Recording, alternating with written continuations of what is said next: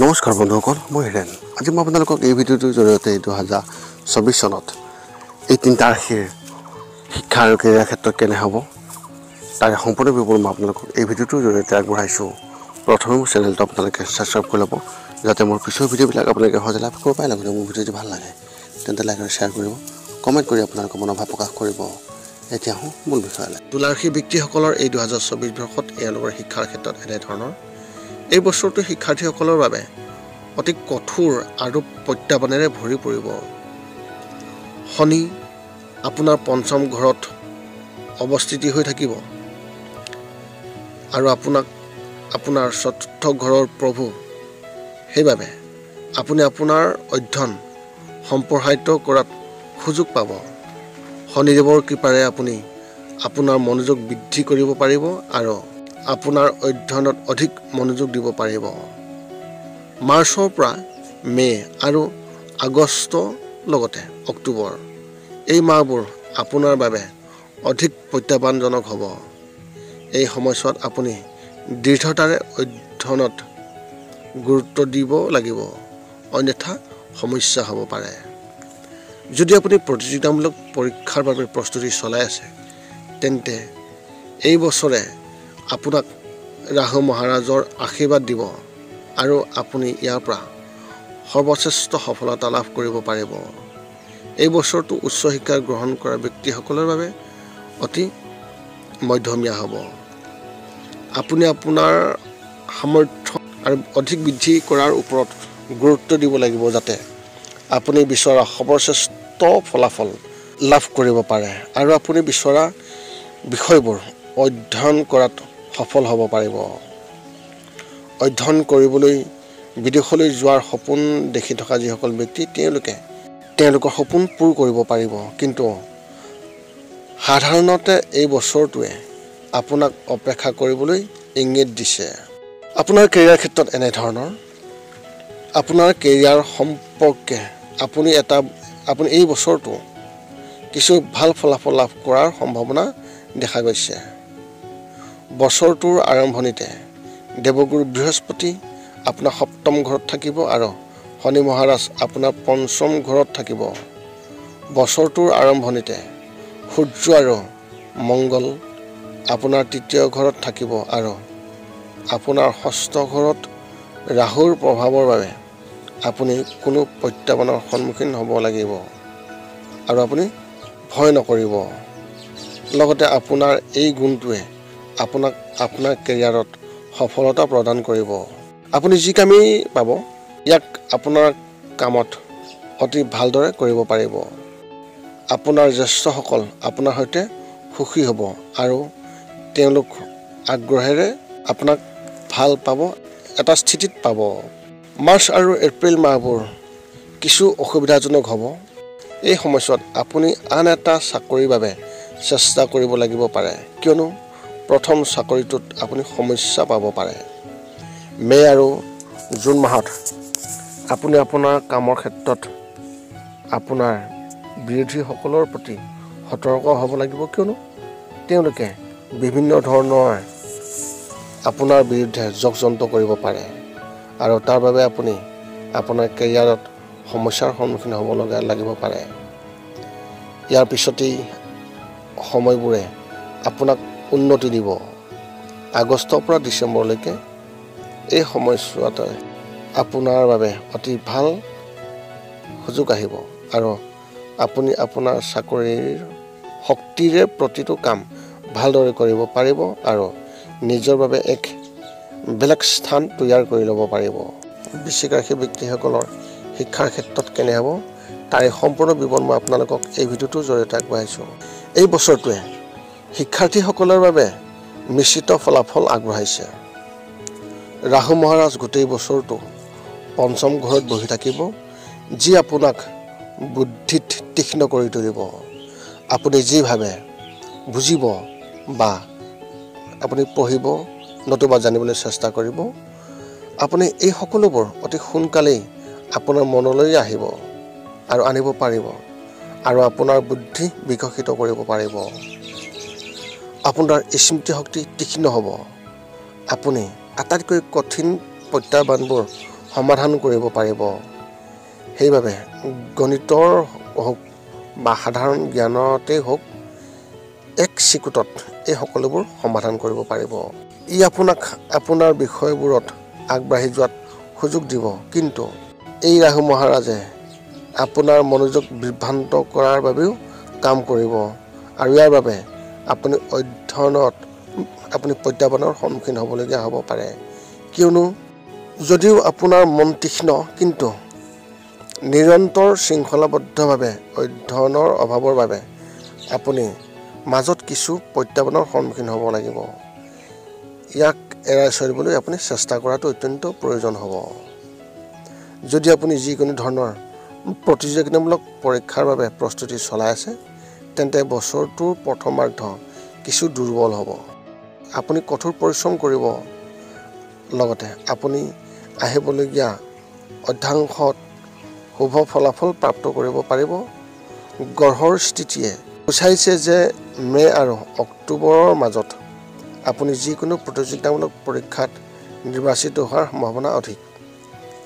যদি আপুনি উচ্চ শিক্ষা লাভ কৰিবলৈ বিচাৰি আছে তেন্তে এই বছৰটো আপোনাৰ বাবে অতি শুভ। যদি আপুনি উচ্চ শিক্ষা লাভ কৰিব বিচাৰি আছে তেন্তে আপুনি তাৰ বাবে যথেষ্ট পৰিশ্ৰম কৰিব লাগিব। যিসকল ব্যক্তি অধ্যয়ন কৰিবলৈ বিদেশলৈ যোৱাৰ সপোন দেখি আছে তেওঁলোকে আগষ্টৰ পৰা নৱেম্বৰৰ ভিতৰত সফলতা লাভ কৰিব। এতিয়া মই আপোনালোকৰ কেৰিয়াৰ বিষয়ে ক'বলৈ গৈ আছোঁ। আপোনাৰ কেৰিয়াৰ ক্ষেত্ৰত এই বছৰটো কেৰিয়াৰৰ দৃষ্টিকোণৰ পৰা দেখুৱাইছে যে এই বছৰটোৱে আপোনাক কঠোৰ পৰিশ্ৰম কৰাব। আপোনাৰ কেৰিয়াৰত স্থিৰতা থাকিব। আপুনি যি কামত ব্যস্ত আছে বা সেই চাকৰিটোত থাকিব বিচাৰিব আৰু আপুনি ইয়াৰ পৰা লাভালাভো লাভ কৰিব। যদিও মাজতে গ্ৰহৰ পৰিস্থিতি আপোনাক চাকৰি সলনি কৰিবলৈ অনুপ্ৰাণিত কৰিব, যিটো আপুনি সেই সুযোগটো দেখিও সলনি কৰিব পাৰে। কিন্তু শনি মহাৰাজ গোটেই বছৰটো চতুৰ্থ ঘৰত থাকিব আৰু আপোনাৰ ষষ্ঠ ঘৰত আৰু দশম ঘৰ দৃষ্টি ৰাখিব, যাৰ বাবে আপুনি আপোনাৰ চাকৰিত স্থিৰতা অনুভৱ কৰিব আৰু আপুনি আপোনাৰ চাকৰিত শান্তভাৱে কৰিবলৈ আগ্ৰহ প্ৰকাশ কৰিব। এই বছৰ বৃহস্পতিৰ সপ্তম ঘৰলৈ যোৱাটোৱে আপোনাৰ বাবে অনুকূল ফলাফল আনিব। এইবাৰ চাকৰি সলনি হোৱাৰ পিছত আপোনাক ভাল সফলতা প্ৰদান কৰিব পাৰে আৰু আপুনি আগষ্টৰ পৰা অক্টোবৰৰ ভিতৰত চাকৰিটোত পদোন্নতি কৰিবলৈ পাৰিব। শনি মহাৰাজৰ অনুগ্ৰহৰ দ্বাৰা চাকৰিটোত আপোনাৰ বিৰোধীসকলৰ 4জন হ'ব আৰু আপুনি শক্তিশালী স্থিতিত থাকিব। যেতিয়া এপ্ৰিলত সূৰ্য বিশেষভাৱে আপোনাৰ ষষ্ঠ ঘৰত থাকিব তেতিয়া এই সময়টোৱে চাকৰিটোত এটা ডাঙৰ স্থান পোৱাটো সূচাব। এই সময়ছোৱাত চৰকাৰী চাকৰি পোৱাৰ সম্ভাৱনাও অতি সম্ভৱপৰ হ'ব। ইয়াৰ পিছত আগষ্টটোত ভাল ফলাফল পোৱাৰ সম্ভাৱনা আছে। ধনুৰাশি ব্যক্তিসকলৰ শিক্ষাৰ ক্ষেত্ৰত এই বছৰটোৰ আৰম্ভণি শিক্ষাৰ্থীসকলৰ বাবে খুবেই ভাল হ'ব। দেৱগুৰু বৃহস্পতি 1 মে'লৈকে আপোনাৰ পঞ্চম ঘৰত থাকিব আৰু ৰাহুৱে আপোনাক চতুৰ্থ ঘৰটোত বিশেষভাৱে প্ৰভাৱিত কৰিব। আপোনাৰ বুদ্ধি তীক্ষ্ণ হ'ব। আপুনি সহজে জ্ঞান আহৰণ কৰিব বিচাৰিব। আপুনি ইয়াৰ বাবে চেষ্টা কৰি থাকিব আৰু ইয়াৰ বাবে আপুনি শিক্ষাত ভাল ফলাফলো লাভ কৰিব। আপোনাৰ পঞ্চম ঘৰত শনিদেৱক বিশেষভাৱে দেখা যাব। শিক্ষাৰ ক্ষেত্ৰতো কিছু বাধা থাকিব আৰু আপুনি অধ্যয়নত কিছু প্ৰত্যাহ্বানৰ সন্মুখীন হ'ব লাগিব। কিন্তু লাহে লাহে সকলো ঠিক হৈ যাব। 1 মে'ৰ পিছত দেৱগুৰু বৃহস্পতি আপোনাৰ ষষ্ঠ ঘৰলৈ যাব আৰু মংগল মহাৰাজ আপোনাৰ পঞ্চম ঘৰলৈ বিশেষভাৱে আহিব, যাতে আপুনি অধিক উৎসাহিত হ'ব আৰু অধ্যয়নত মনোনিৱেশ কৰিব। তথাপিও আগষ্টৰ পৰা অক্টোবৰৰ ভিতৰত এই সময়ছোৱা কিছু অসুবিধাজনক হ'ব পাৰে। তাৰপিছত পৰিস্থিতিবোৰ স্বাভাৱিক হৈ পৰিব। একে সময়তে প্ৰতিযোগিতামূলক পৰীক্ষাৰ বাবে প্ৰস্তুতি চলাই থকা ব্যক্তিসকলে অৰ্থাৎ শিক্ষাৰ্থীসকলে বছৰটোৰ আৰম্ভণিতে সফলতা লাভ কৰিব। যদি আপুনি জানুৱাৰী, মে আৰু জুনত আপোনাৰ কোনো পৰীক্ষা হয় তেনেহ'লে আপুনি ভাল সফলতা পোৱাৰ সম্ভাৱনা আছে। বাকী মাহবোৰত আপুনি অধিক পৰিশ্ৰম কৰিহে সফলতা লাভ কৰিব পাৰিব।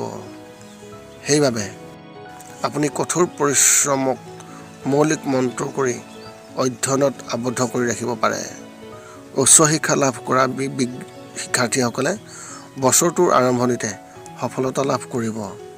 ফেব্ৰুৱাৰী, এপ্ৰিল আৰু আগষ্ট মাহবোৰ আপোনাৰ বাবে যথেষ্ট সফলতাৰ মাহ হ'ব আৰু আপুনি ছেপ্টেম্বৰ মাহত কিছু ভাল সফলতাও লাভ কৰিব পাৰে। তথ্য প্ৰযুক্তি, কম্পিউটাৰ, প্ৰগ্ৰেমিং, শিক্ষা বিজ্ঞানৰ সৈতে সম্পৰ্কিত শিক্ষাৰ্থীসকলে এই বছৰ বিশেষভাৱে ভাল সফলতা লাভ কৰাৰ সম্ভাৱনা আছে। বিদেশত অধ্যয়নৰ সপোন দেখা শিক্ষাৰ্থীসকলে জুন আৰু জুলাই মাহত ভাল সফলতা লাভ কৰিব। এতিয়া আপোনালোকৰ কেৰিয়াৰ ক্ষেত্ৰত ক'বলৈ গ'লে আপোনাৰ এই বছৰটো কেৰিয়াৰৰ দৃষ্টিকোণৰ পৰা চাওঁতে দেখুৱাইছে যে এই বছৰটো আপোনাৰ বাবে চাকৰিৰ বাবে উত্থান পতনেৰে ভৰি থাকিব। আপোনাৰ কেতু মহাৰাজ গোটেই বছৰটো আপোনাৰ দশম ঘৰত থাকিব, যাৰ বাবে আপুনি আপোনাৰ চাকৰিত কিছু অস্বস্তি অনুভৱ কৰিব। আপোনাৰ মনটো বাৰে বাৰে কামৰ পৰা আঁতৰি যাব, হতাশাও ঘটিব পাৰে। আপুনি অনুভৱ কৰিব যে আপুনি য'ত কাম কৰি আছে বা আপোনাৰ সামৰ্থ্য অনুসৰি আপোনাৰ সঠিক কাম দিয়া হৈছে নে নাই, তাৰ বাবে আপোনাক বনোৱা হৈছে নে নাই, তাৰ বাবেতো আপুনি মন কৰিব। ই আপোনাৰ মনক এক হতাশাৰ সৃষ্টি কৰিব পাৰে, যি আপোনাক আপোনাৰ চাকৰিৰ পৰা পৃথক কৰি ৰাখিব আৰু আপুনি চাকৰিটো এৰিব পাৰে। এই সময় এপ্ৰিল আৰু আগষ্টৰ মাজত আহিব পাৰে। সেইবাবে সাৱধান হ'ব আৰু আপুনি নতুন চাকৰি নোপোৱালৈকে পুৰণি চাকৰি এৰি যোৱাৰ পৰা পৰিহাৰ কৰক। আপুনি এপ্ৰিলৰ আৰু আগষ্টৰ মাজত এই সময়ত এটা নতুন চাকৰিও পাব পাৰে। চাকৰিত পৰিৱৰ্তন কৰাটো আপোনাৰ বাবে অতি লাভজনক হ'ব। আপোনাৰ কেৰিয়াৰৰ দৃষ্টিকোণৰ পৰা ছেপ্টেম্বৰ মাহটো অতি শুভ বুলি প্ৰমাণিত হ'ব। এই সময়ছোৱাত আপুনি হঠাতে এটা ডাঙৰ পোষ্ট বেনিফিট লাভ কৰাৰ সম্ভাৱনা অত্যন্ত প্ৰবল দেখা গৈছে। এই সময়ছোৱাত আপোনাৰ সৈতে কাম কৰা আপোনাৰ সহকৰ্মীসকলে আপোনাক সমৰ্থন কৰিব আৰু তেওঁলোকৰ সমৰ্থনৰ বাবে আপুনি আপোনাৰ কামত ভাল প্ৰদৰ্শন কৰিবলৈ সক্ষম হ'ব। তেওঁলোকে যি কয় তাক মূল্য দিয়ক। যদিও আপোনাৰ সকলো বস্তু তেওঁলোকৰ সৈতে ভাগ বতৰা নকৰিব, তথাপিও আপুনি নিজৰ বাবে সহায় বিচাৰিব পাৰে আৰু সেইবাবে আপোনাক সহায় কৰিব, যি আপোনাক আপোনাৰ চাকৰিত আপোনাৰ প্ৰদৰ্শন উন্নত কৰাত সুযোগ দিব। নৱেম্বৰ আৰু ডিচেম্বৰ মাহবোৰ অতি সান্তনামূলক হ'ব। পুনৰ লগ পাম অন্য এটা ভিডিঅ'ত। আজিলৈ ধন্যবাদ।